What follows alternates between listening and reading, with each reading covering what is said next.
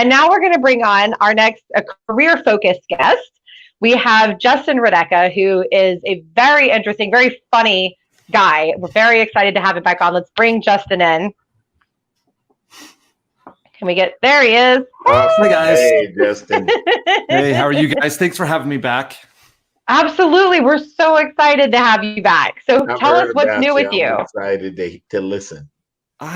What's new? Oh, yeah. I don't know. COVID. Have you heard of it? Right? This whole thing that we're all just stuck dealing with. We're closing down again. I don't know. I know. And I wanted to ask your opinion on that, because you're one of the people that I really wanted to kind of hear your thoughts, because you've been on both sides of the desk, right? Of the hiring desk. So you know all about what that's like. I know my opinions, and Foster and I have kind of talked about this. What is your take?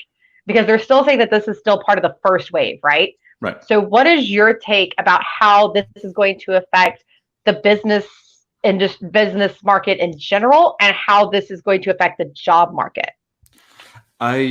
Interesting. I just had this conversation yesterday with one of my colleagues. We were discussing the idea that the market right now is extremely volatile, but it feels safe. So people are going back to work in their weird remote way. But we're also seeing that the service industry is collapsing, right? So restaurants now are closing up doors for good. So it's not no longer can I just wait this wave out and then we'll get back going as best we can. We're seeing doors close, and that's going to be extremely detrimental, I think, to our economy. In that when you lose the waiters, the servers, all the service people, which you go across the board. I don't want to list them all here. You're going to start seeing that we're going to struggle a bit in the economy. Now, when you look at large companies like Microsoft, Google's, who was it, Costco, they're doing fine. Yeah. Because they're large enough to do fine, and they're large enough to understand how to mitigate working remotely and to mitigate these different opening and closing things. Right. I mean, and it depends on the state you're in. So I'm in California, and we're closing back up again. Right. Our beach is closed again. We were closed the 4th of July. We were closed down for everything. Same in Texas, and same here too, man. Feel your pain. Right. And so it's hard to look at this market and say it's going to be a good job market in the next 6 months. It's going to be tough. I mean, I don't even think we've even hit the recession part yet. Right. The economic recession is following this. Agreed. Right. I think stimulus only goes so far. People would probably use their stimulus check. My guess would be to pay off credit card debt, not to survive, right? Right. Because we're a heavy debt-ridden society. But going forward, we're still going to try. I think November is going to be tough for us. November, December, January, it's going to be really tough for us if we continue down this path, right? Yeah, I agree. And so let's start with that obstacle, right? So we have this crazy COVID obstacle. Right. How do we overcome, as a job seeker? How do you overcome that? I have been telling people, it's odd because my nonprofit is focused on building businesses. We want to help startup founders build their startups, right? Mm-hmm. We've had this discussion where, well, what are the key elements of a startup that you need as a founder? And then what's the difference between that and then going to get a job in this market? We think there's very little difference. There's key skill sets that you need. The first thing I think is start learning a skill of where you want to be. Right. Not what you do now, but where you want to be. So, and doing that, I'm an avid reader. So I like the idea that if you get out there and get several books on what you want to do, it'll help you, your mindset working through this idea of depression, anxiety. Yes. Because you'll start focusing your mind on something new and what you're learning. And I think that's the first way I think that you could do it as a tactical, what's the word I'm looking for? Is a way to move forward, take the first step forward. Right. Absolutely. And I think too, with that, we've talked a lot about using education, and don't forget, guys, connect with me and message me on LinkedIn to get entered in to win those international Scrum Master certifications. But it's not just that you don't necessarily have to do a certification or anything. There are classes that you can do that just kind of beef up your brain. Basically, there are seminars you can do that are also interactive, so then it feeds that need, like we just talked about with Michaela, and kind of that kind of human elements that's coming into play. But one of the things too, and Amber asked this question just a little bit before you came on. I don't know if you were in the wings yet or not, but she asked about, and right now I do think that this is more of a problem than it even usually is, overcoming the being overqualified. Yeah. Objective. So, and I mean, you've been there. We've all been there. We know what that's like. 2000 recession, 2008. Yeah. A number of them. So what do you do? What is your tip before Foster and I dive into it? What is your tip on overcoming that obstacle? Overcoming the overqualified obstacle, I think, is an interesting question, because what you're really trying to do, I think, as a job seeker, is get out there and explain to them how you're going to move them forward, move that company forward. Right. So if you solve one of their problems, you're no longer overqualified. You're a problem solver. Right. So I think the first thing that you need to figure out is, wherever you want to be, is what problems are you trying to solve for that particular CEO or that particular, I mean, when you look at someone who's had a career in, say, an executive career, it's really going to be difficult these next days, but you have all those skill sets to help you go, you know what, I could solve your problem, and here's how I could solve your problem. Right. So you're no longer just that guy that goes, oh my God, they're overqualified. I'll bring them in. And you could say, I'll come in as a director level, but I'll still solve this problem for you. Right. Right. And all of a sudden you change the dynamic of who you are in their eyes. Yes.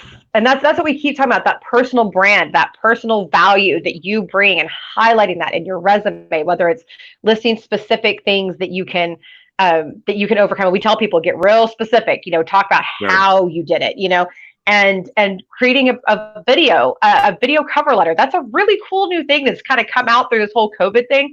I love it. You get like this little 20-30 second snippet of the person. You get to see their personality and who they are, and they really make that connection. And I think I have this theory that once people see you and your excitement, they forget about their prejudices, like the age discrimination or racial discrimination, gender discrimination, whatever it is.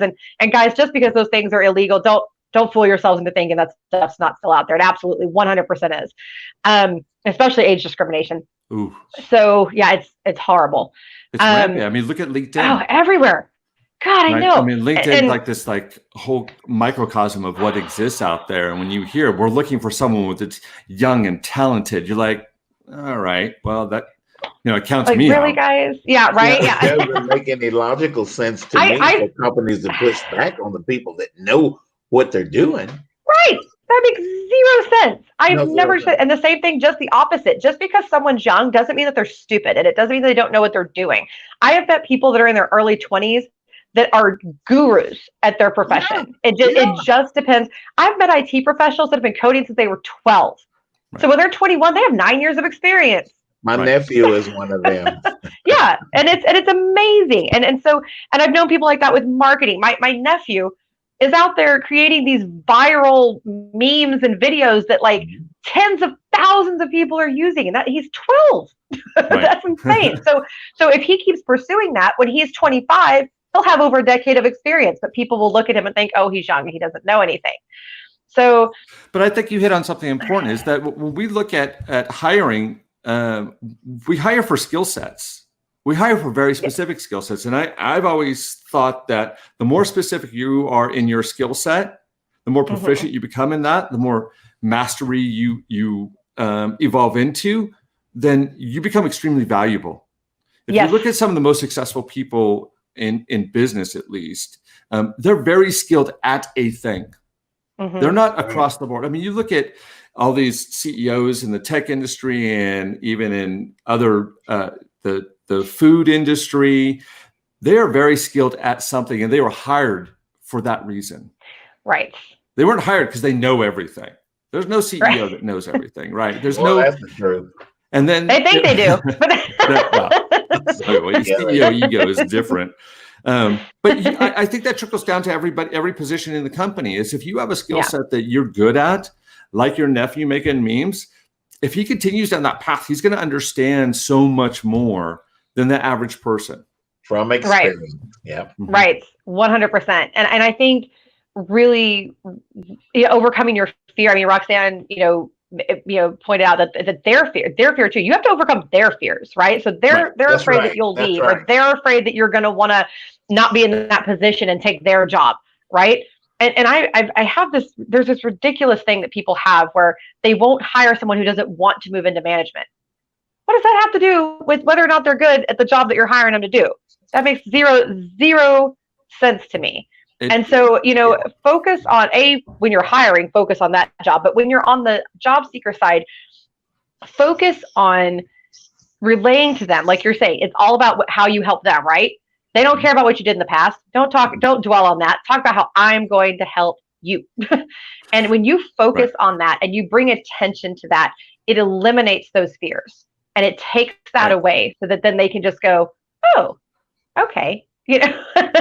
Right. And by the way, age discrimination, real quick, Justin, age discrimination, one of the first things you can do is show energy, right? When you get on the phone, when you're doing so, that's why I say, especially to people who are a little bit, whatever you think older is in your minds, it's different for everybody, but send out those videos, and show your energy. That'll get rid of that. Because a lot of times what they're really saying is, I want someone with high energy.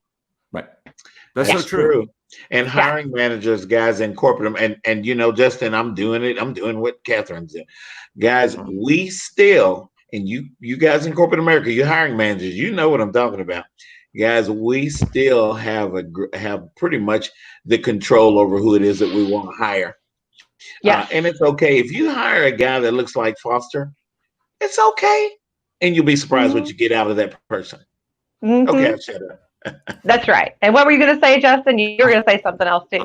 I think you're right on a couple of counts. I think the energy level for someone who is older, say, I'll use myself an example because my mirror always looks older than I feel. I know. Right? The mirror lies. That's true. But I would say not only do that in how you're in person or on phone or on video, but make sure that's relevant in your writing in your resume. I use examples of what I've accomplished and how I'm going to, first off, the first thing I want to do is how I'm going to solve the problem for you.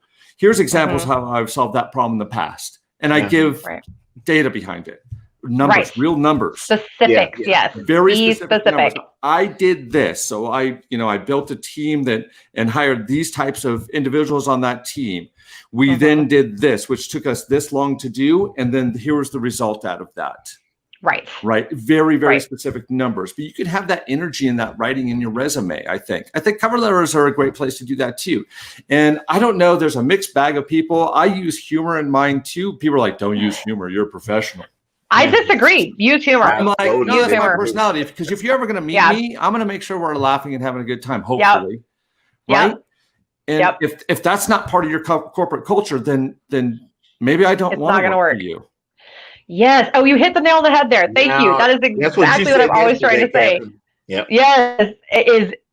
You're interviewing them just as much as they're interviewing you. Absolutely. So you need to make sure that their culture fits and ask questions that are geared towards their culture. Right. Talk about, what it, how often do you have meetings? What does that look like? What is the autonomy? What is an average work day? Ask about, and don't let them get away with sneaky answers either, because you'll like there's a room to advance, and people will say things like, oh yeah, sure, there's room to advance here. Get specific. Right. What does that path look like? How many people that are on your management staff were promoted from within? These are things that you'll learn. Do you do company gatherings? This is an important question. Does your company require or encourage volunteer work? That's another good one. How do you evaluate performance? Yes. That's a great question. How do you evaluate performance?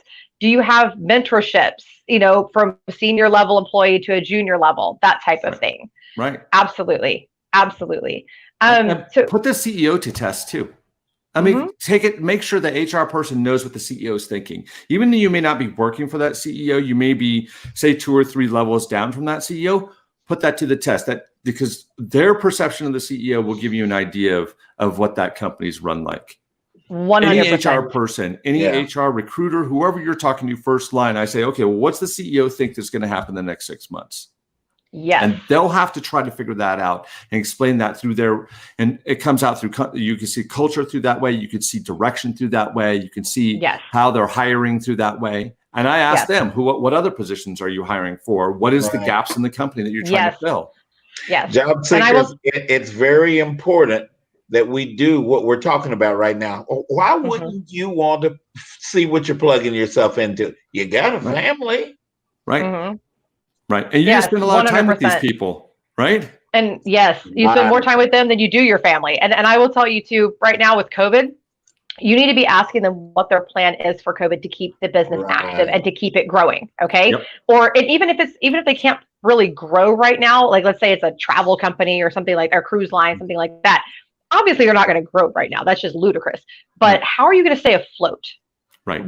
What is your active plan? And again, don't let them be vague. No. You're looking for very specific plans, okay? Because these are things that should have been trickled down to HR and all. This would be something that's company-wide known that provides you with security. Also, look for companies, make sure that they're not also doing layoffs at the same time that they're hiring, because then what's going to happen is you're going to come in the door, you're going to work there for 2 months, and then all of a sudden your job doesn't matter either. Okay. Right. So pay attention to these things, get online, and don't just do your Glassdoor reviews, which are important too, by the way. Don't just do that. Get on there and go, okay, so what's going on behind the scenes, and investigate the company, not just the position as well. Yes. You should know, and there's a guy named John Chambers. He was the former CEO of Cisco Systems. He had a binder of the person he was having a meeting with. Every time he walked into a meeting, he would do all the research about that person and say, look, I'm going to find out everything I can about the company, the person, all that. So every time he walked into a meeting, he already knew where they were coming from. And I'm going to tell you, that's great advice. And by the way, guys, do a little bit of stalking before you go interview, get on LinkedIn. Yeah, right. We've all stalked each other. All 3 of us, just so all of you know, we've all stalked each other. Yeah, it's 100% happens. So like, I get on websites, I get on social media. I am going to know what's up with you. And I have walked into meetings and made comments like, hey, I know you're a fellow Cowboy fan. How about that play where blah, blah, blah, blah. And they're going, what? Or I know you play fantasy football or whatever. Exactly. But it makes it also that personal connection too, And on that note, guys, clean up your profile. Google yourself and have somebody that's not you. Have somebody that's not you Google you, so that way when they click on and it's not connected to you on Facebook and all that, so that way when they click, you will be surprised what is public and what is not. I used to shock my employees with that. And that is one of the very first ways that people background check you these days, is to check on that kind of stuff. So make sure there's nothing controversial posted, make sure that there's nothing vulgar, make sure there's no picture of you smoking pot posted, even if you live where it's legal. Make sure that you shouldn't have to say, Justin's over there going, uh-oh. Maybe this could explain some things. And no judgment, by the way, if you do these things. I'm just telling you what from the other side. And on drinking, like, don't have a million pictures of you chugging your stuff. But we all enjoy a drink, okay? I just got in a whole conversation about this the other day with some of our guests. But seriously, don't post that kind of thing. Use your head, guys. Just look at it and think, if I was going to hire this person, would I want to see this? And to be honest, there's so many controls. Like Facebook has so many controls. You can make that as private as you want. You should. And if you want to post those pictures of you at the lake doing whatever with your friends, that's great. Just keep it private. It doesn't have to be public. Yes. Understand. And if they do somehow get into your private, then you have, of course, to go, why were you in my private? How'd you get in my private? Yeah. Now you're creepy. Right. Now we've crossed over into creepiness. Right. Hey, so you guys listening? Right. And all you young guys out there, a lot more shows than you think. So Justin, thank you so much for coming on today. Thank you for having me again. True pleasure. And we'll talk to you again soon. Yes. Thank you. Just have a great day. I'll see you on LinkedIn. Absolutely. Yeah. I would connect with Justin, guys, on LinkedIn. If we could get his profile dropped into the comments, that would be awesome.